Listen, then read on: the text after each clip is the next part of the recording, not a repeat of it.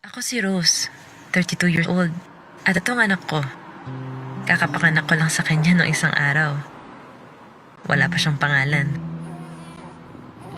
Di ko na itatago. Nakakalungkot na may mga naisip na ako para umiwas sa bigat ng responsibilidad.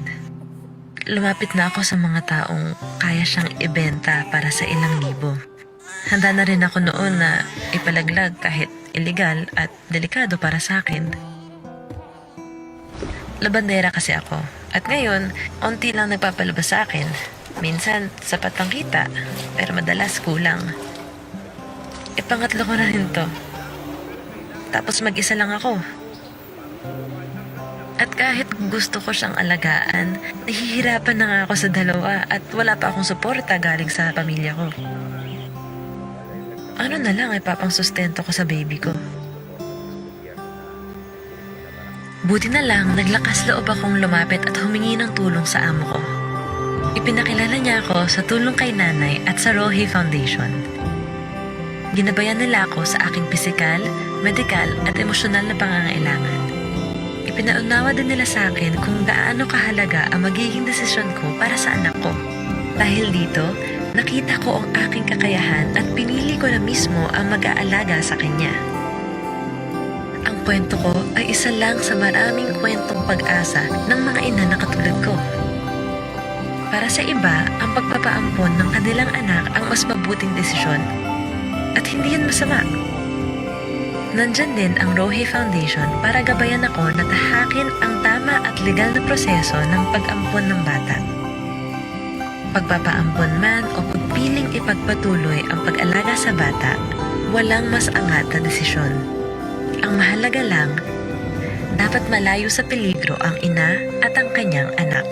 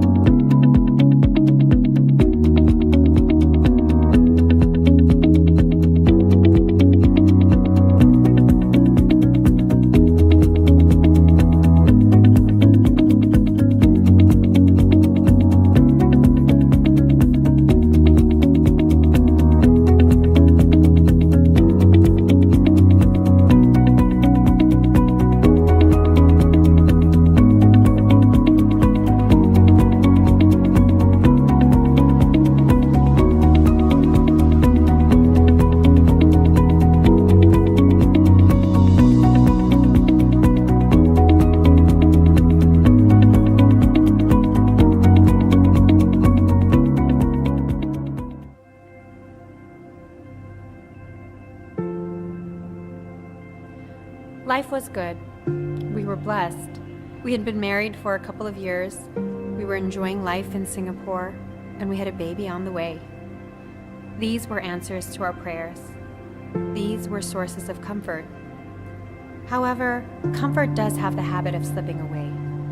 5 months in and 1 heartbeat less, we saw the perfect life we pictured slip from our grasp. There was pain, there was brokenness, there was sadness. After months of anticipating joy, we found ourselves in the middle of unimaginable grief. Across Southeast Asia and the Philippines, grief has made itself known to many parents, not due to the loss of a life, but the giving away of one. Soft hands and fragile skin sold to feed mouths and fill pockets for a day. There's no hate in the giving away, only desperation. Desperation brought about by circumstance. Desperation that leads to child trafficking, infant prostitutes, child criminals, abandonment.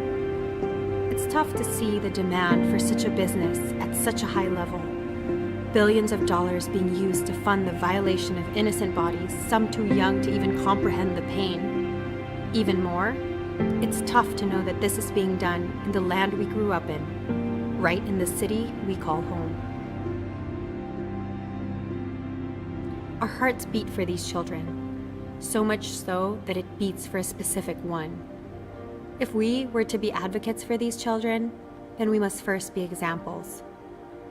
In October 2017, a pregnant mother couldn't keep her child. So with desperation, she searched for someone to be the one to hold her baby in their arms. We wanted to help, and so we did. But we never knew that it would be our hands that God would use to cradle this child.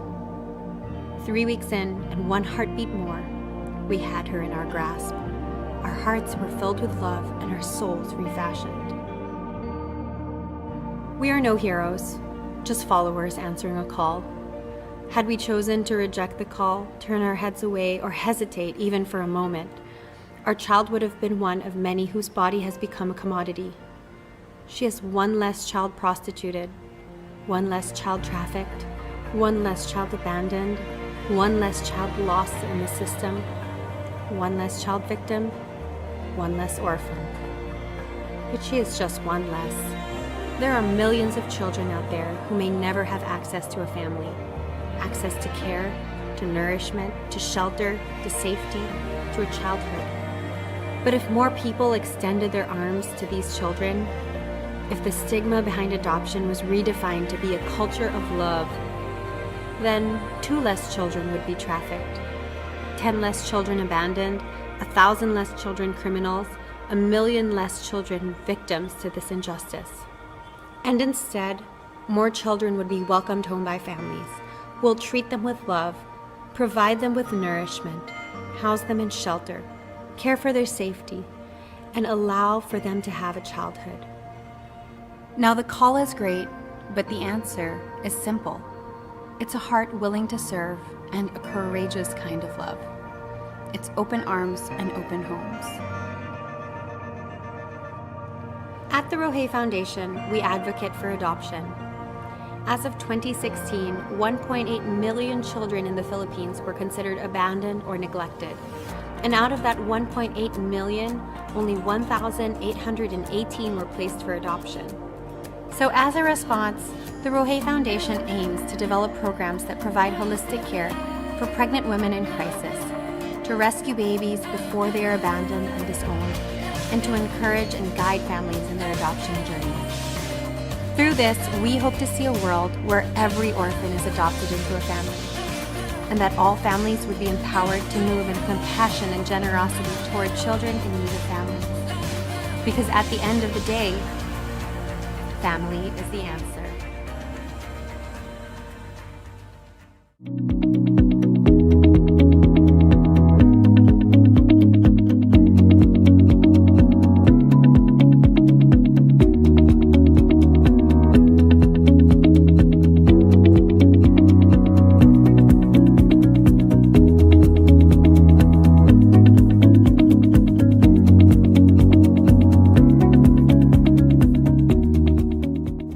I didn't carry Milana in my womb for 9 months, but in my heart and in my soul, I've carried her way more than 9 months. She's been a product of our years of prayer and years of conversations with God, and she's ours. You know, she's ours, really and truly. Like, she's ours. You know what I mean? And I'm sure you get what I mean. When I was asked with that question, no, I realized na, oh nga, how did I overcome that? I think by just God appointing me, He's mine. Moses is mine. God qualified me by giving him to me. So, dun pa lang, nakakalma na yung fears ko na, oh nga, I'm his real mom. Ako yung mom niya. God already qualified me for it. So, he gave Moses to me, so I'm the real mom. And regardless of what happens in the future, my son wanted to meet his biological family one day. Being a mom starts with really the decision once you say yes. Because people are so afraid to say yes because they want to feel like the mom first. No, you say yes. And then you feel like a mom. You'll just feel that protective side of you, I guess. Well, I would advise parents who adopted their child to tell their adopted child as early as possible. You know, the younger, the better. You know, and let them say it in a positive way that they're a gift from God. I think it's teaching me, like I said earlier, just the heart of God is all about sacrifice, and he left the 99 to go after the one. He sacrificed his son to adopt, and learning how to love first with Chloe, and understanding that kind of sacrificial love where it's not about biology, and it's about deciding and choosing, and that it's a privilege. It's really teaching me, you know, that love is action. Love is sacrifice. It's not about just providing for your family. It's not providing for your family.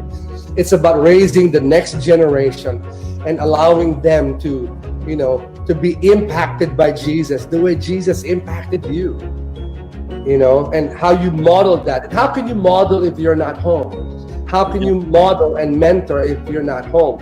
Actually, we coin it this way. First, we say, bring your mission home.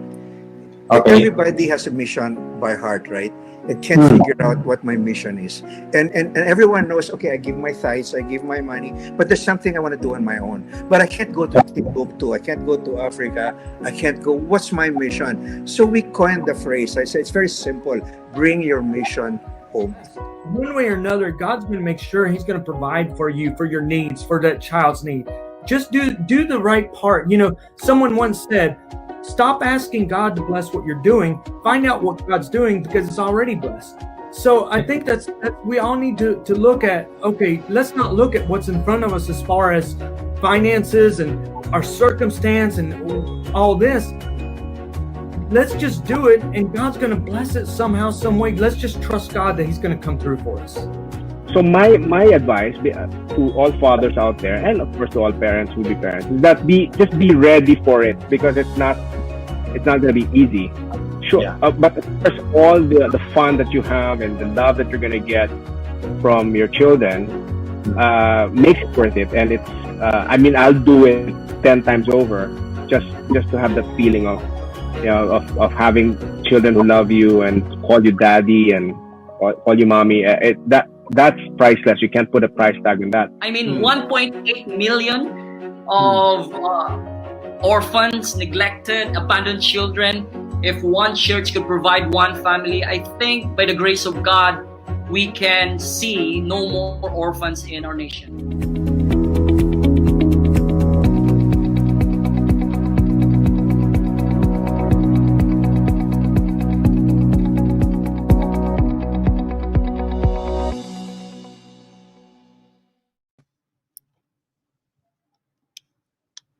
Hi, everybody. Good evening to everybody who is joining us this Tuesday late afternoon.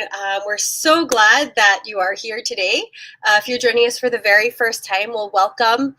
We are Rohe Foundation, and we are a nonprofit organization whose mission is really to share the beauty of adoption, to help families on their adoption journey, to get them started, and to see basically just a shift in the culture and the thinking around adoption here, especially here in the Philippines, where we're based. Our hope is really that we would be able to celebrate adoption. We'd see more families adopting, less children in children's homes and orphanages, and more of them really being brought into families. And that's the heart of what we do.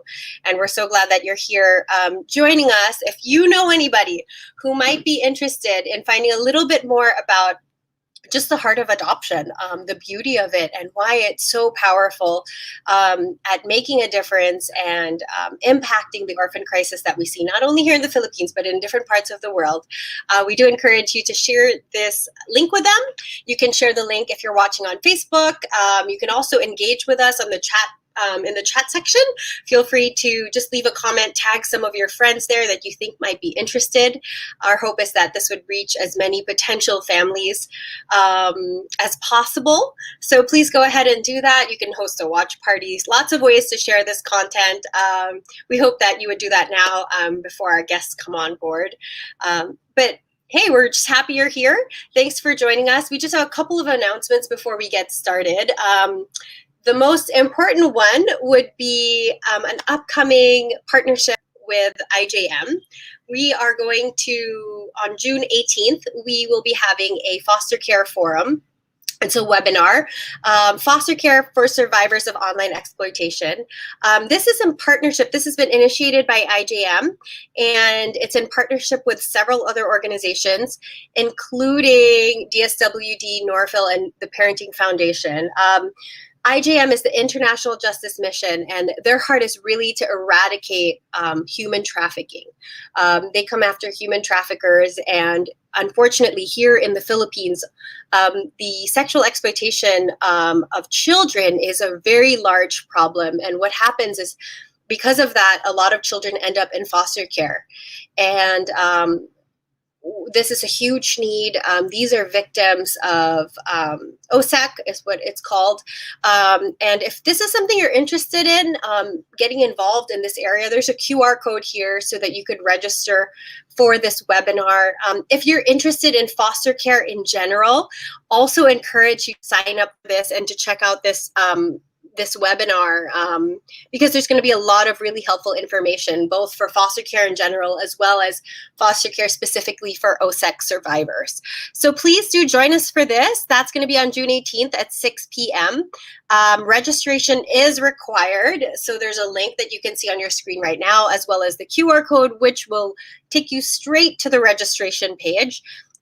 So please do sign up for that. There's more information on our Facebook page if you'd like to learn a bit more, or if you have some questions about it, please feel free to reach out to us. Be happy to provide more context around this upcoming webinar. All right. Also, if you want to stay in touch with us, please do that through our social media accounts. You can stay in touch with us on Facebook, Instagram. Our website has a ton of great resources, especially if you're interested in rewatching some of the previous live chats that we've had. We've had live chats with many different families, mothers, fathers, children who have been adopted and who have grown up with just such a healthy perspective about adoption. I think there's a lot of great resources that we have for you. So do visit our social media platforms to find out more. Yes, Family is the Answer Online is coming up soon. If you have been waiting for the next run of Family is the Answer, this used to be a face-to-face forum webinar that we used to run. Unfortunately, due to COVID and the pandemic and being unable to meet in large groups, we have not been able to do this for about a year now. But the webinar version, the online version, is coming soon. So please do look out for that. If you're interested, do let us know as well. We'd be happy to provide you with information so that you can get notified as soon as that is ready. All right. I think we're good to go. I'm very excited. Our guests this afternoon are personal friends of mine. I've gotten to know both of them and their story. I think their story was very instrumental in my personal journey. You know, I found that it's really hard to step into adoption without having any good stories from people that you actually know. It's just one of those things where it just helps if you know somebody who says, hey, you know what, I've been through it. I know what it's like. I've been there, and they can kind of give you an idea of what to expect. And our guests this afternoon, the mom, Estela de Jesus, was very instrumental in my journey and really just reassuring me early on, before I had adopted Chloe, that it was going to be great. She answered some of the questions that I had, some of the things I was curious about. I had somebody to talk to. So, you know, I encourage you, if you're considering adoption, to do the same. If you don't know anybody personally, reach out to us. We'd be happy to connect you with current adoptive parents who would be more than happy to share their story and to answer any questions you might have. But that's who Tita Estela was for me. Her daughter Ina was also a good friend of my husband growing up. And so very excited to have them. Let me just introduce them to you. Estela de Jesus, she's wife to Bonnie de Jesus. They've been married for 42 years. They have 3 adult children. And her 3 children, the eldest is Ina, followed by her son Miko, and then the youngest, Bea. She's also a grandmother to 1. Ina now has a son. That's Manolo, who you can see in the picture there. So cute. He's now 10 years old. And she's still very much involved in work. Would you believe that at 70 years old, she's still very much involved in partnering with her husband, doing consulting work in just finance and management, and just pursuing her passion. She's active at church. She lives such a full life and really has made it a mission to continue to advocate for adoption. So Tita Stella is like one of my heroes. I really look up to her and how she's used her life to really encourage so many. Likewise, her daughter Ina is wonderful. She is wife to Pete. They've been married for 11 years. Their son Manolo is adorable. There they are. There's their little family. And she's also a fur mom. She'll probably tell us a little bit more about Alvaro later, but I'm so excited for you to meet them and to let you hear their story straight from them. So let's bring on Stella and Ina. Hi. Hi. Hi. It's good evening already. Hi. Yes, it's evening. So quick. Hi, Tina. Hello. Hi. It's so nice to see you. I realize you're both wearing the same shade of blue. Was this a mother-daughter? Was it planned? My mom wanted us to wear the same color. I love it. I love it. Okay. Well, great. Well, thank you so much for joining us this afternoon and agreeing to share your story. I've heard your story many times, and I just knew that this was one of the stories that we needed to share with a larger audience because it brings hope. It brings just the beauty of adoption to the surface and provides just people with positive stories to look at and to recall. So thank you for saying yes to us today. And I guess I'll just start by giving you both the opportunity to share, maybe first from Tita Stella, from your perspective, your story and your journey and how adoption first started for you, when that first landed in your heart and where that journey into bringing Ina into your family began. Yeah, thank you, Krina, for giving me this opportunity again to share about our story, my story. Actually, my interest for adoption started even when I was single. And I would always go to adoption centers because I had friends who were social workers. So I would go to abiertas, I would go to cribs, and I would volunteer. Like during break time, I would go to feed some babies every 10 o'clock, and at times I would be feeding them for, let's say, about 4 months, and then suddenly when I go back, they're not there anymore, and I would really cry. I would really feel bad because the baby was taken to Australia already. Somebody adopted them already. And there was even a time that I went to reception center where there were about 200 babies. I mean, it's a public, I think, place for, children who were given up. And there were about 200 babies in a crib and there was nobody watching them.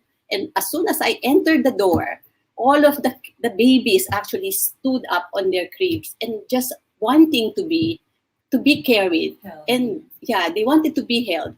And that really broke my heart. So actually, even when I got married, well, of course, I realized when I think just lately that actually it was my desire to be a mom way before. It was a stronger desire than even getting married, but of course I have to get married first. But then, so when I got married, I think I got married at 29, and then at 33 I wasn't getting pregnant, and then I got pregnant. Actually, I had a hard time getting pregnant because I had secondary infertility problems, and I had to go to the doctor, had some treatment, Clomid therapy, all of those things, but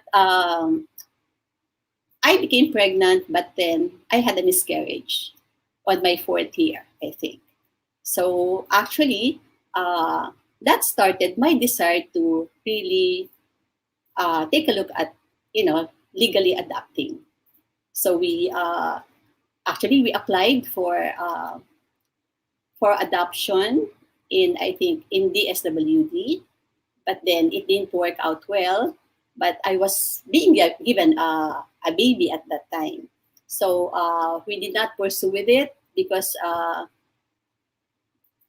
we did not yet really agree at that time. It was just me who was very serious about it. So, and then after that, well, I gave myself, in fact, a deadline. Maybe I should tell that. There was a time where, yeah, it was Valentine's, and I was just feeling bad, and I was, the pressure also to have to have children. In fact, alam mo na yung social pressure, di ba? So I was feeling bad because I knew that I cannot give my husband a child yet. So I was just thinking like, okay, if February 14 I'm not pregnant yet, maybe I should think of, something else. And true enough, because I've been praying, February 12, somebody offered me, an opportunity to adopt. So that started it. Right. So, Tita, how many years ago was that? It's been such a long journey for you already. Yeah, 36 years. 36 years. And I guess 30. She's always a baby to me. 38.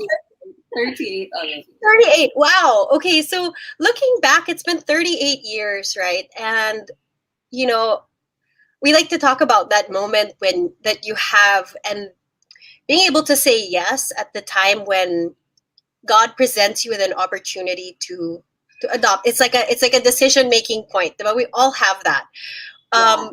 What are when you look back now, it's been 38 years.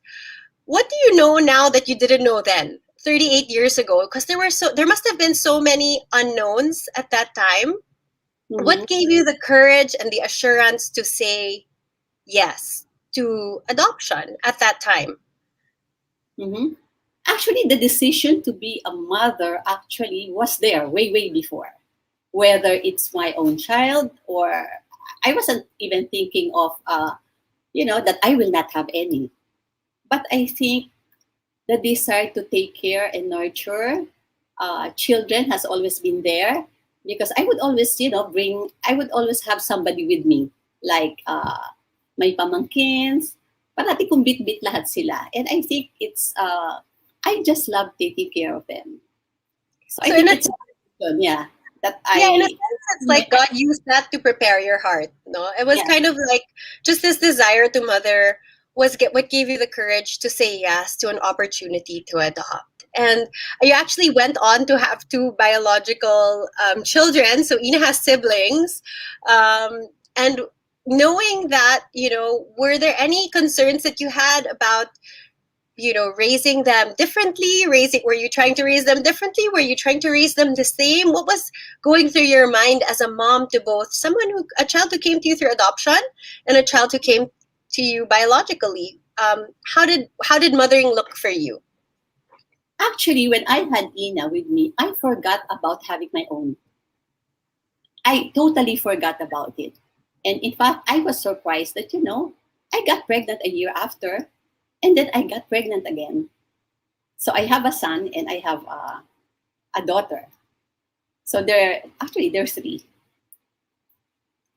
Yeah, so was there any difference in the way that you're raised? Maybe Ina, now would be a good time to jump in, right? Like, you grew up with siblings who, I know this because my eldest, I came to me through adoption, and then I have 2 biological, and she likes to ask me questions about how they all came. She saw me get pregnant, and she saw me come home from the hospital and tell her I gave birth 2 times. Growing up as a child, did you have any questions? What was it like? What was the environment like for you at home? And just understanding a bit about your history, your own personal history. Okay. Growing up, it's my parents would always say that whatever we give you, we will give Nico, we will give Bea. Everybody gets fair treatment, and they really tried their best to do that. And there was no difference. I did not feel any difference at all. Actually, I remember a couple of months back, we were having family dinner. And then we were talking about, when we were babies. And my sister goes, so we were talking about breastfeeding. Like my mom was talking about breastfeeding Nico, ganyan. Tapos si Bea, she goes, si ate mom, how long did you breastfeed her? And then everybody went quiet and then everybody started laughing. So that shows like my siblings, they forget. They actually forget a lot of times that I'm adopted. And for them, really there's no difference. So I'm really blessed that way. That put me in a very loving family. Yeah. Right. Tita Stella, was that intentional on your part? How did you because like I'm guessing at some point you shared with Ina a bit about her story and how she came to her adoption story.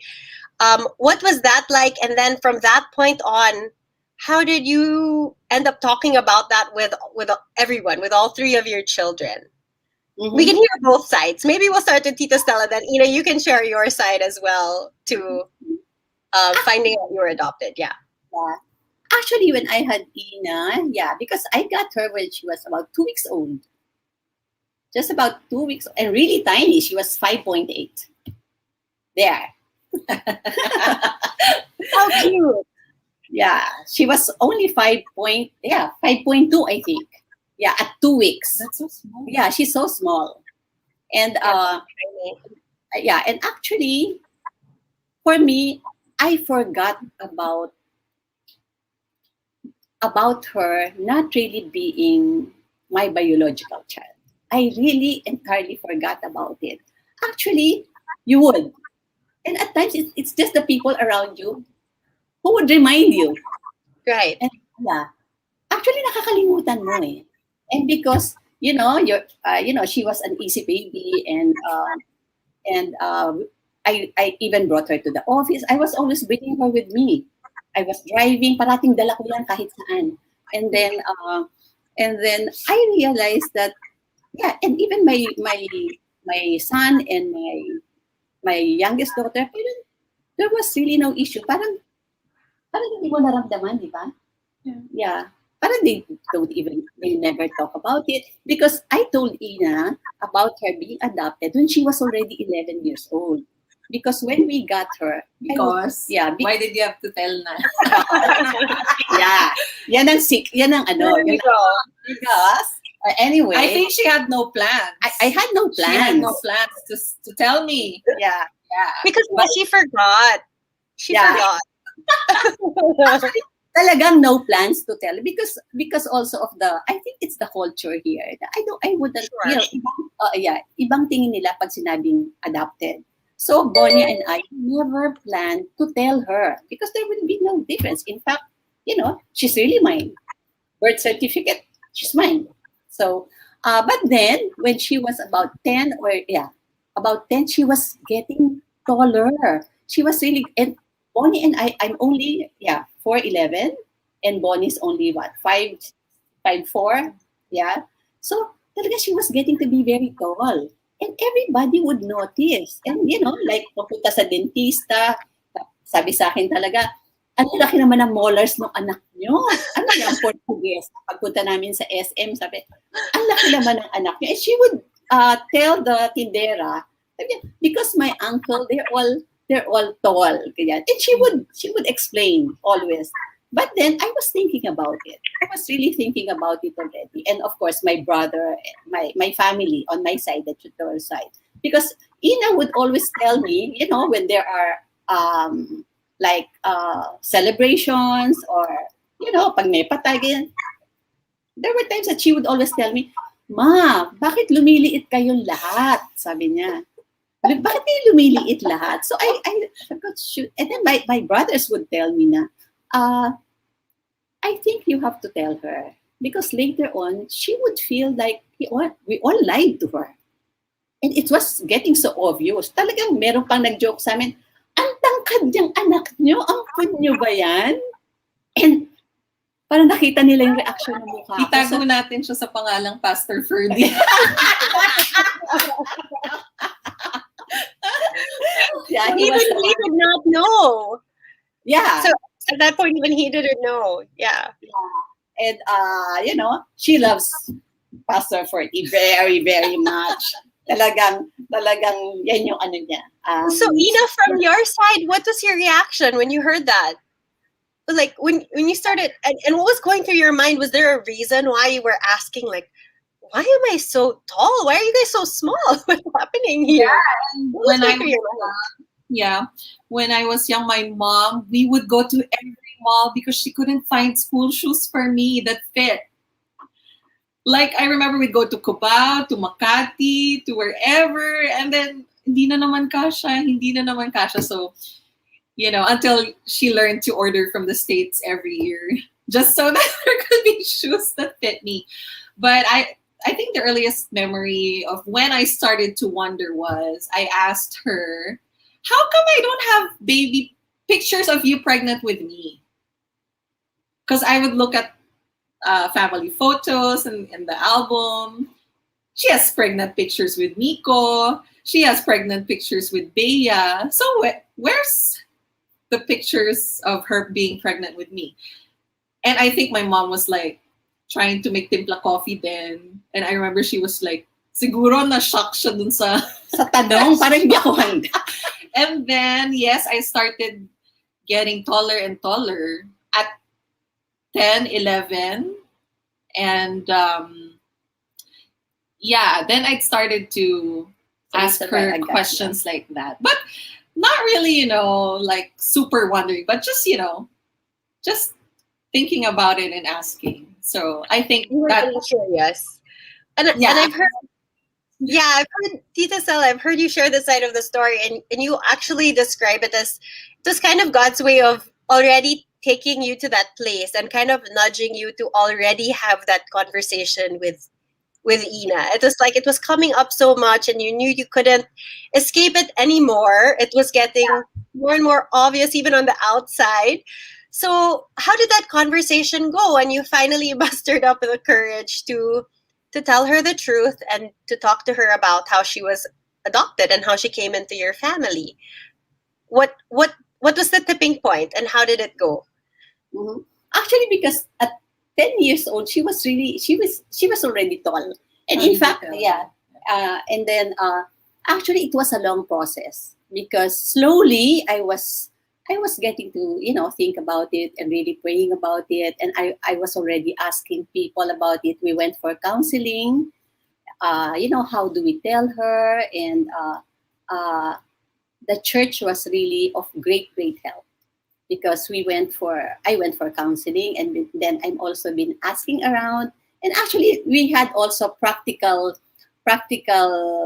counsels. Like a friend of mine actually told me, you know, Ina has to feel that she's normal because she's really tall for her age, and it's good for you to bring her to CISB. So at 10 years old, she went.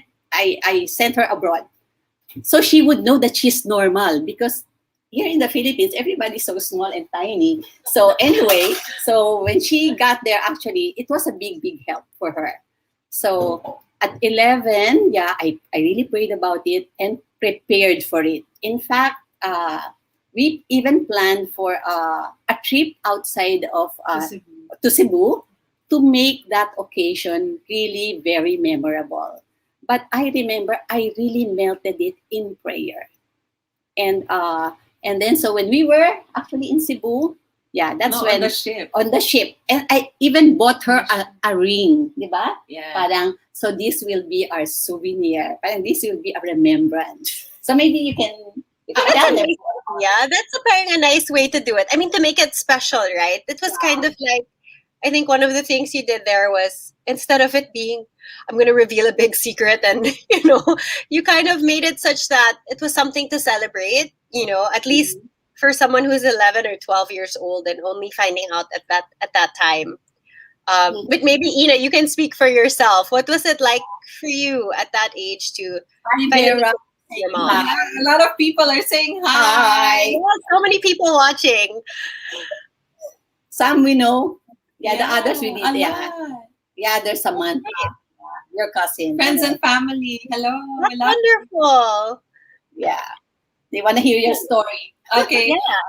So funny. I was thinking about this the other day. And I was like, I think my mom told me on the ship so I couldn't do the Filipino movie move where, you know, you cry, you get your backpack, and you run away. You know, because I couldn't just jump into the ocean. But so we were on a ship, and then I was eating mangoes. I remember very well. And That's she was, vivid memories.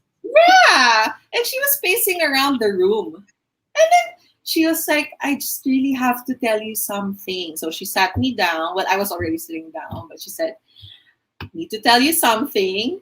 And then, okay, Mom. Okay, what is it? And my dad was sitting outside in the balcony of the suite when we were on the ship on the way to Cebu for a family vacation. And then I said, okay, Mom, tell me, why are you crying? And then she goes, you are a gift from heaven. And then I go, aren't all children a gift from heaven? And she was like bawling. And did you know already? Like by then, did you already know, or you were still like, what do you mean? Yeah, I was like, Mom, why? And so she told me. She said, I said, what do you mean? Like, aren't all children a gift from God? And she said, no. Your dad and I adopted you. And then I just paused for a while, and I said, okay.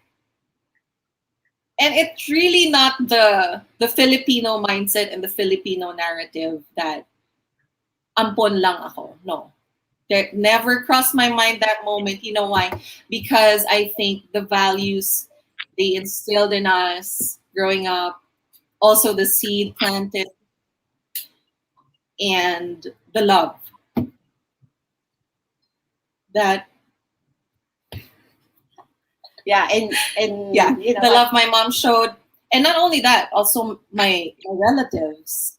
And I only found out now that I'm older, I've met other women who were also adopted, and they did not have that same experience. They had a horrible experience on adoption. And I realized, oh, I'm so thankful. And what you said about realizing that we're all adopted. I don't want to cry on live because of your makeup. What would you say? mentioned about we're all adopted. Yeah.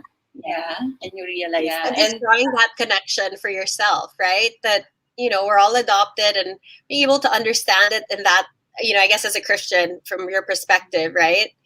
Being able to see it that way.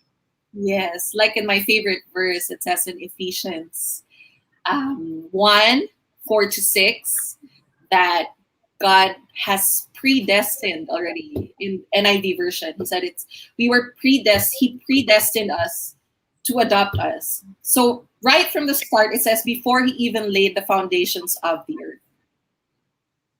In his mind, he already said, I want to adopt all these children so they can become my children, adopt them and into sonship. So that alone is really that message. You can just really tell that adoption is a beautiful, beautiful thing. It is filled with grace and love. So. Yeah. Thank you. I think it's so nice. I think people that have walked with you in the past, being able to hear the story from your perspective, Ina, I think is so powerful, because, you know, you're a mother now, and you're looking back, and you have the gift of hindsight, right? Being able to look back at the many years and say, I'm grateful. You know, like I think about my children, and I think we're here. I wonder what it's going to be like in 20, 30 years. I hope that it's still a good story in 30 years. And it's so refreshing to hear from your perspective, you know, that you look back still with gratitude, with hope, knowing that God planned this. This was part of his story for you, and that you're still grateful.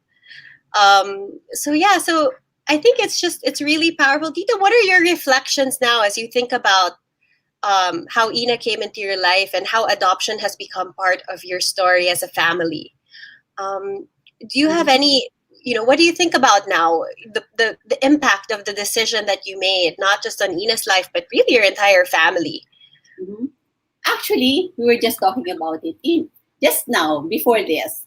because this is our second time to share our story. I told her, in a way before, I just felt like God has put us together for this, for this, for this time.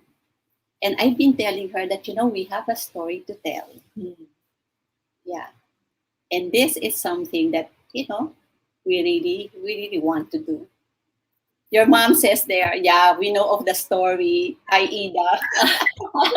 Yes, my mother-in-law knows very well your journey, and I mean, I think there's so many people that have walked with you, Yeah. and it's so nice because you hear from the outside. They see the way that you raised your family and that you cultivated a healthy perspective about adoption, and it's really impacted. Even the way my family sees adoption now. I think much credit to your family, Tita. Having families that model the beauty of adoption really encourages other families to do the same. Yeah. And I love what you shared with me once about just understanding the impact of it. That now looking at Ina, and Ina has a son, she's married, and she has a son, and the power of adoption. Can you share a little bit about that? And, just thinking about what could have happened had you not adopted Ina, but just the reality of that.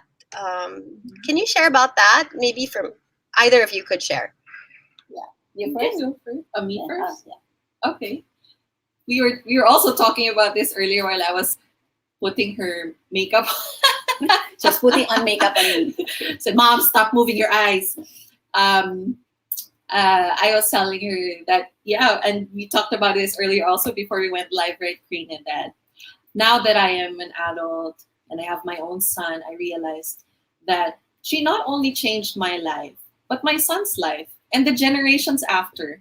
So when you adopt, it's a generational thing, right? It's the same as like what we were put here on earth to do, it's going to echo throughout eternity, whether you like it or not. So, and then I said, thanks, Mom. Thanks, Mom.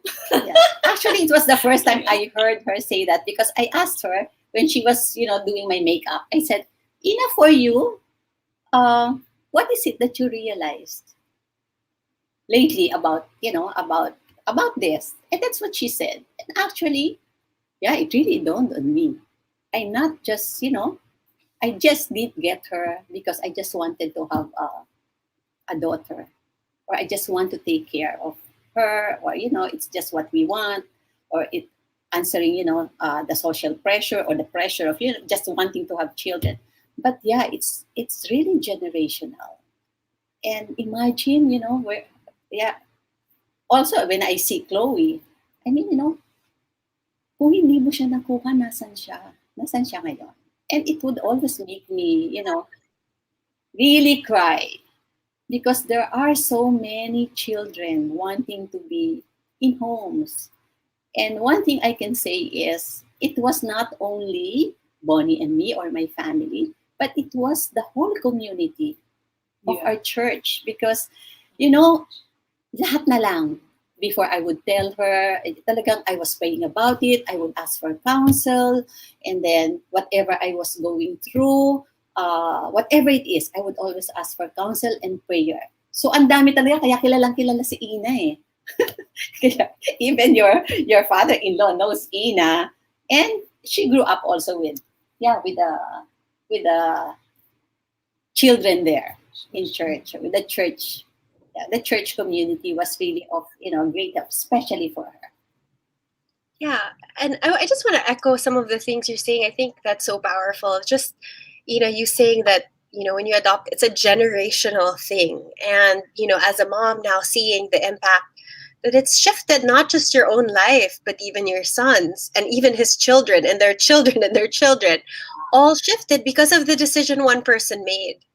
And I think about that, and I think when you're at that decision making point, you actually you're not thinking that, right, Tita? And it's so humbling to know that, wow, the impact of the decision to adopt and to say yes to adoption, it echoes in eternity, like you said, Ina. It really echoes, and the impact of that is so far stretching. We could only guess, how many lives will be changed by one person's decision to adopt. And Thank you for phrasing it that way. I think that's such a wonderful insight on adoption, and also what you were saying about just the beauty of being embraced not just by your family, by your extended family, but even by your community, and the power of that in creating a healthy relationship between the parent and the child. And I wanted to ask you, were there challenges that you faced along the way growing up and having to tackle the realities of being adopted, right? It's from my understanding, there are painful things that you need to face as someone who has come into a family through adoption, just realities about how you came into the family and about your own personal story. Was that true for you? And how did you walk through that? Did community play a part in helping you walk through that season of your life? Usually it's the teens, I think, but what was it for you, and how did you journey through that? Okay. Well, before I answer, I just want to say hi to everybody. And Somebody was asking about the the scripture. verse po, Tita Marilu, I think. Yeah. It's Ephesians 1, verse 46. Yes. And hello to our cousins in the States who are watching too, my friends, Carissa, Miss Yeah. my brother and my sister. And Jane. Yeah, Jen. Seth Yeah. and April and everybody. Hello. So yeah, Great.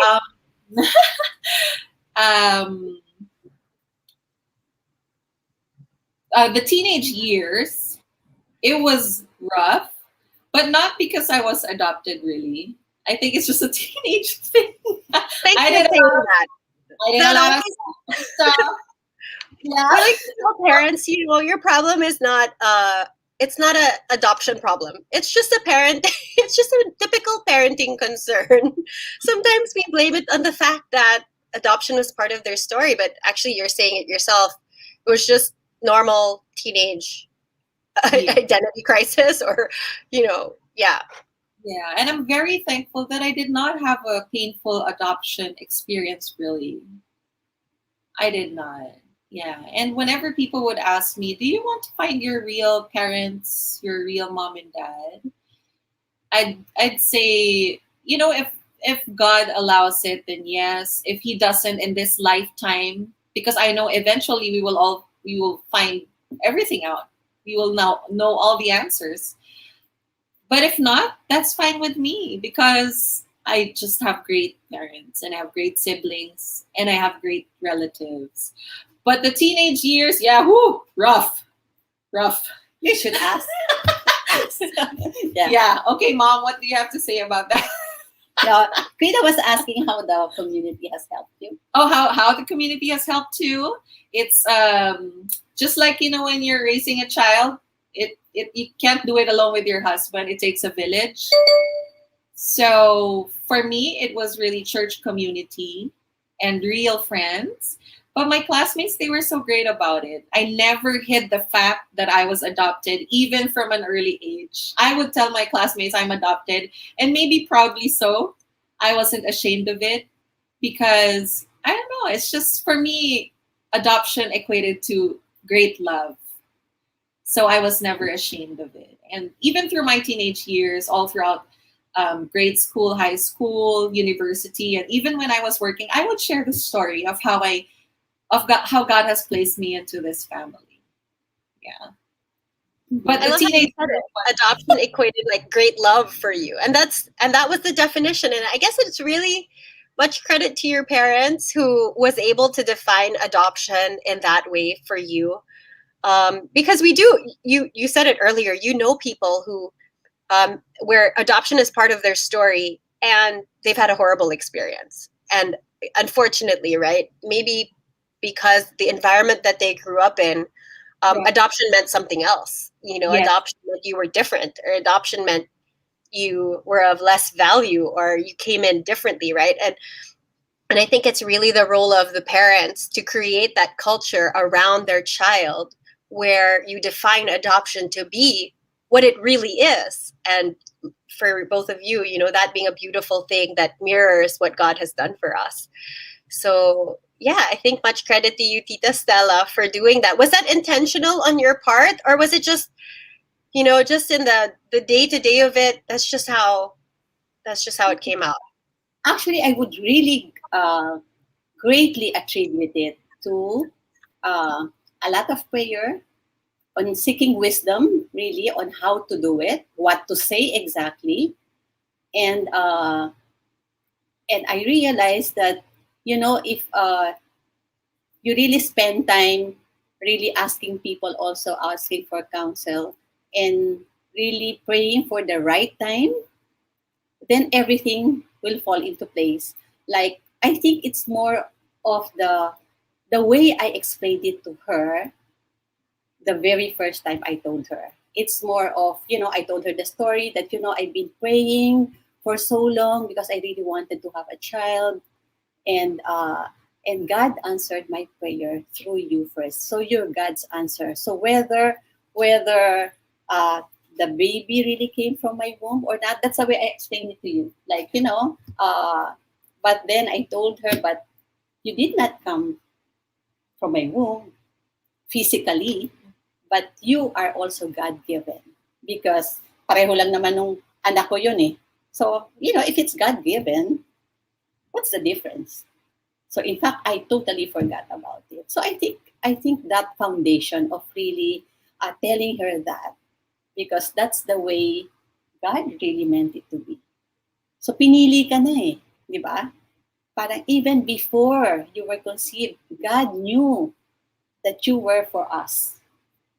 And even for actually I realized that talagang I had to pray so she can be put with us, and then after we got her, then I had my son, and then I had another daughter. Diba? So I mean, I lost a baby before her. I had a miscarriage to prepare me for her. So actually, everything actually just fell into place. Yeah. Was that the way you saw it as well, Ina, growing up? And, like you hear adoption being described and your story being described as, how you came into the family. It was such a blessing, and, it was an answer to their prayers. When you reflect on your own journey and how the fact that you were adopted, what are your thoughts on that? Does that resonate with you as well? Like, do you agree? Do you feel the same way?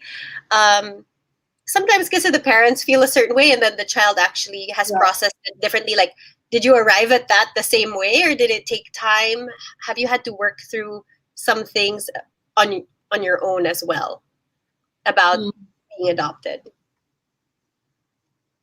I can't really remember anything about, having what we see usually in Philippine cinema, where the adopted child is angry or is feeling frustrated or sad about being an adopted child. I really don't, because growing up, everybody was so loving, and I think, and I really thank God for that He placed me in a loving family, and a family who loves God. Right. So why do you think that is? Like, why do you think that is? Because you do have friends that were also adopted, but might have faced those feelings, right, of anger or frustration or heartbreak over the fact that they were adopted. What do you think your parents did and your family did that made all the difference for you to not have responded the same way or not have had those feelings? I really like what Pastor Louis Giglio said. He posted this on Instagram, and he said that you have to spot the lie and shine the light of truth on it.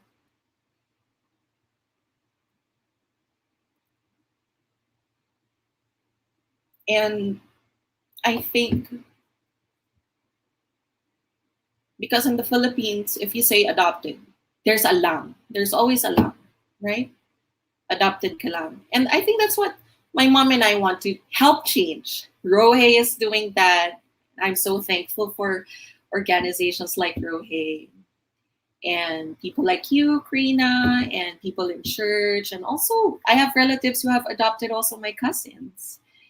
And I think that's what my parents did to me in my life. They shown the truth. what's the truth? What God says is true. What God says is right. And God loves the idea of adoption. You know, He invented it. And I think that's why adoption for me growing up was a beautiful thing. My other friends who experienced a not so good thing is because their relatives maybe did not know better. You know, they didn't have community to maybe give advice or show them the way.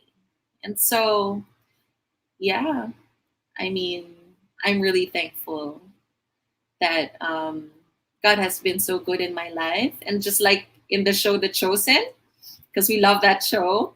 Yeah, right?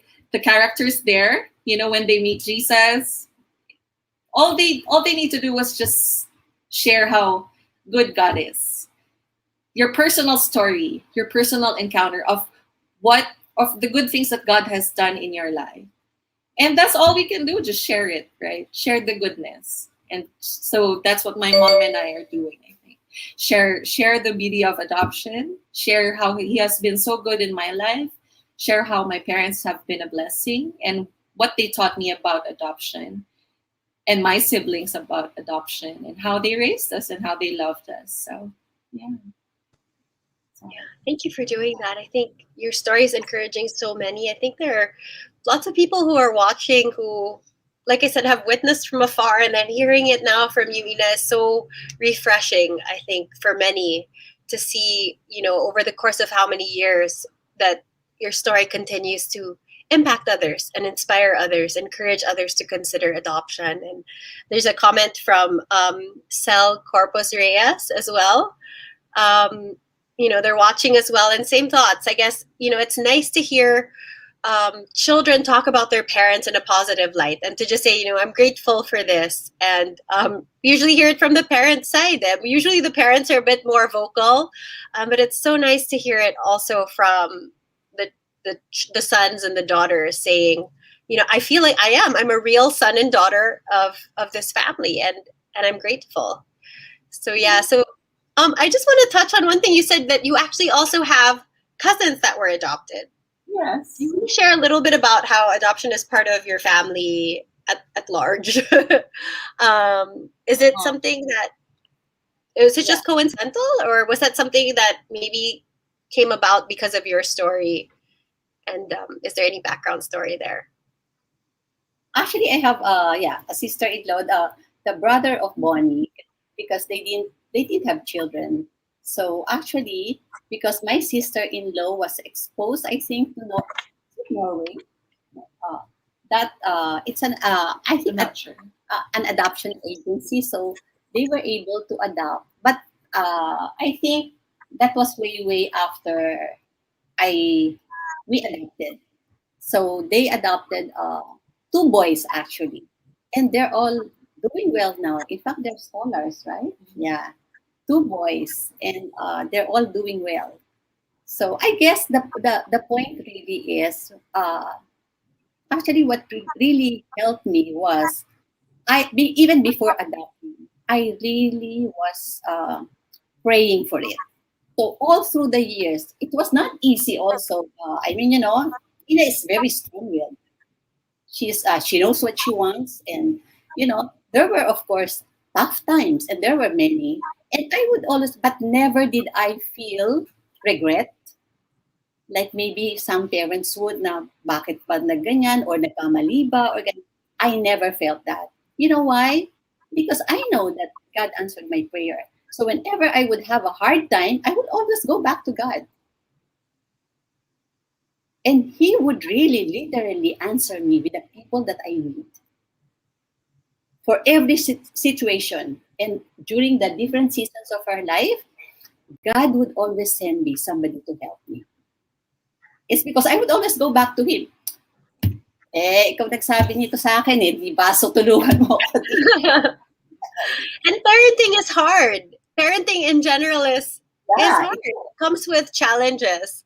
Mm-hmm. So it's true sometimes, you know, I guess the mistake that sometimes parents make is when they go through rough patches, the first thing they blame is the fact that the child came to them through adoption. But actually, it's just parenting is difficult. It's a relationship. You need to work at it and really fight for the relationship with your children.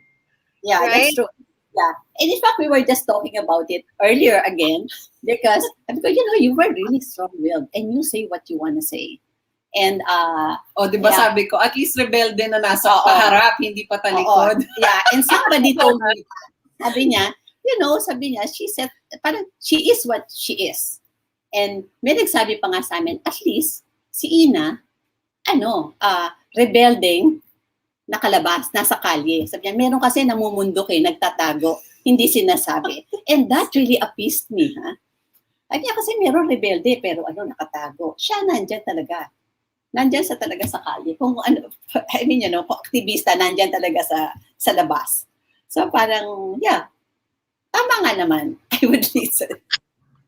Right. Well, thank you. I think it's so nice to hear your journey. We're coming to the end of the show, but I just want to invite everybody, if you do have questions. I think a lot of people are encouraged. So there's a lot of nice comments coming through the chat and people inspired. And there's some adoption communities, led by Romy Brosas, that if you'd be open to speaking to some of the kids, I think I agree, you'd be a huge inspiration if that's something you're open to. And I think this leads into my question is, how did you guys come from, this is just our story, to we want to be advocates. We want to talk about this.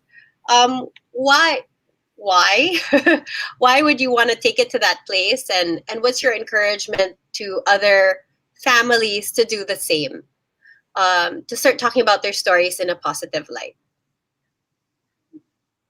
You first? Yeah. Okay. Well, I'd just like to say that if you have a heart for adoption, and if you have a heart to change a child's life, you don't have to think of it so big as changing generations, but you will.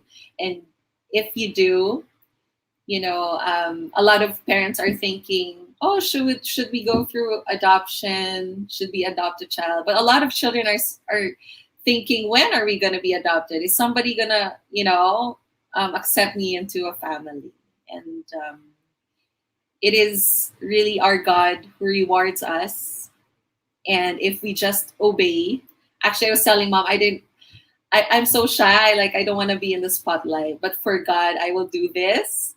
And hearing that somebody was touched by this story of adoption, that they are now going to adopt a child.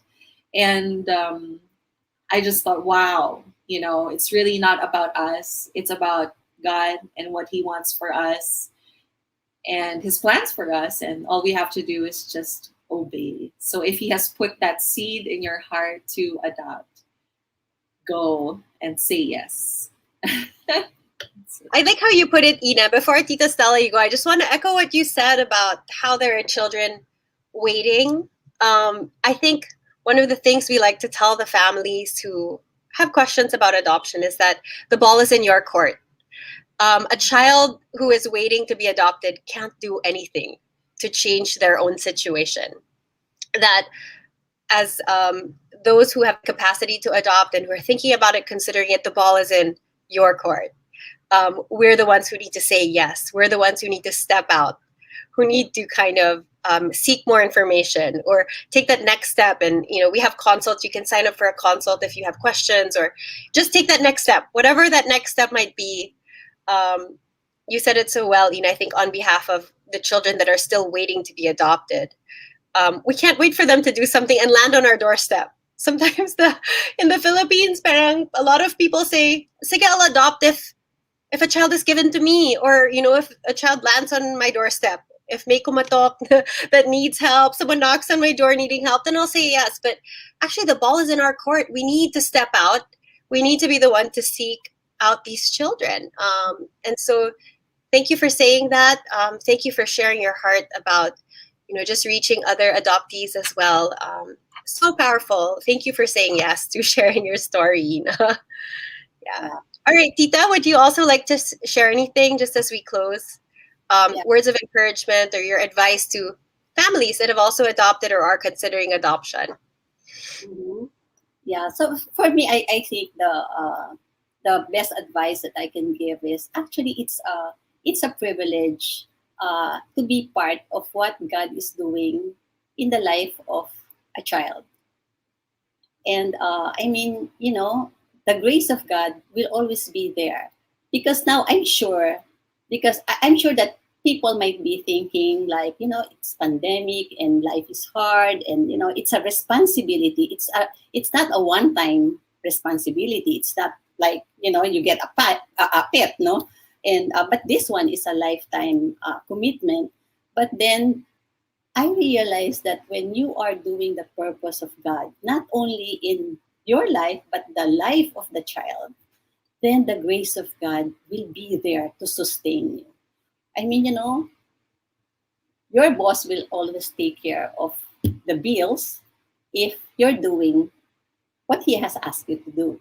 So I guess the key there is really, if you're considering adopting, really pray about it and agree with your spouse, and God can work. And even the maybe I can I can say that as an example, because I forwarded the link to somebody for prayer. It was just last week, and well, somebody responded right away, even without seeing, yes, hearing us talk, and actually they made a decision to sign up already for adoption of a child. And it was so shocking, not shocking, but I'm not surprised though, because she also has the same story, 5 years married, and yeah, and she had a miscarriage. So actually, she signed in. So it's not only, I mean, the blessings of God will flow to the child, not really coming from us as parents, but it's because it's going to flow from the throne of God. After all, He is the one who really cares for these children, Yes. and Yeah. we're just vessels. So Right. I guess when we open our hearts, it's because the Father heart of God wants to flow in through us to these children. Right. Thank you, Tita. I think you really do mirror God's heart for adoption in your story, in your life, and just how you have relied on God even in the midst of hard seasons. The hard seasons, the easy seasons, it's like you just always bring it back to God and say, "You put me here, you brought us together, and so we can trust that God will bring us through." And so, thank you so much. I just want to close with one question. I think it would be wonderful, Ina, if you could respond to this. Romeo Brosas is mentioned. He said, "My kids are watching, an 11-year-old and an 8-year-old. Both of them came through adoption. They both know that they're adopted. What food for thought do you have for them at the age of 8 and 11? What can you share with these fellow adoptees?" Hi, Sir Romeo, and hi to your kids. Hello. You know what, guys? All I can say is the fact that your dad is here, he wants to learn more how to be a good dad, and he loves you so much. And there is somebody who loves you more than you will ever know, and that's God. So walk with him and always pray to him, and always be thankful that you have somebody like your dad, your mom, that God has placed them in your life. And tell the good story and be proud that you are adopted, because we are all adopted in God's family. So it's something to be proud of. It's not something to be ashamed of. And you and I, we can change the narrative, the mindset here in the Philippines, that adoption is a shameful thing. But we are going to change that with God's blessing. That adoption is a beautiful thing. So I'm so happy for you guys. And you are chosen. Yep. Yeah. Thank you, guys. Yeah, Sir Romy, he's a huge advocate for adoption. He's very active in many adoptive communities. So maybe we'll connect you guys as well. And if there are others who are watching who have questions or would like to share your story as well, or have questions for Ina or Tita Stella, we'll make sure to forward the questions to them. Tita, I know you also have a blog, a vlog. Do you want to share how people can watch that? I know that that's something you've started as well. Yeah, actually, yeah, I'm doing it because I'm locked up. So I have already. It's very raw. It's very. They call me a vlogger. Yeah. Actually, I just want, as God would encourage me early mornings, I would just then videotape myself, and that's great. So it's very raw. Like I just woke up, and in the manner that I would be encouraged during the day, then I will just have to pass it on. So I didn't realize that I'm already reaching the 60 60 na pala siya mula nung pandemic. So it's there in my Facebook account and in the Instagram. So I have to do it together. Yeah. All right. Well, yeah, if you'd like to connect with Tita Stella or with Ina, we can connect you to them. I think just if you just want to hear more about their story, we'd be happy to do that. You're making a lot of people cry today, Ina and Tita Stella. Thank you for that. Guys. And yeah, so many people watching. Tita Bonnie, your dad's cheering you on, Ina. So, and my pamangkin JJ, I used to tag her along kasi wherever I go, JJ, di ba, sa mga Christmas parties, I would bring you. Kasi wala pa akong anak doon eh. So, well, thank you. It's so nice to see so many celebrate your story as well, and to see just the impact that your story is having on so many.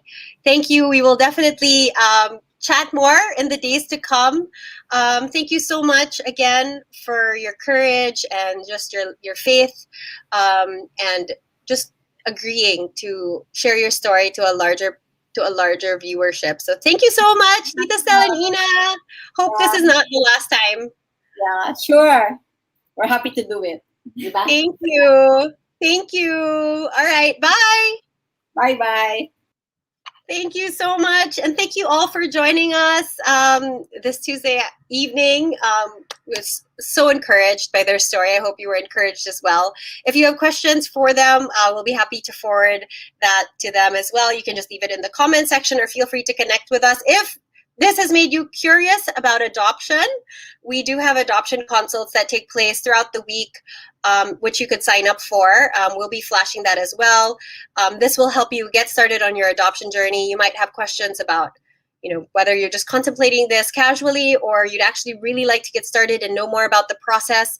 Please do sign up for an adoption consultation with us. We'll be happy to meet with you and share a little bit more to help you get started on your journey.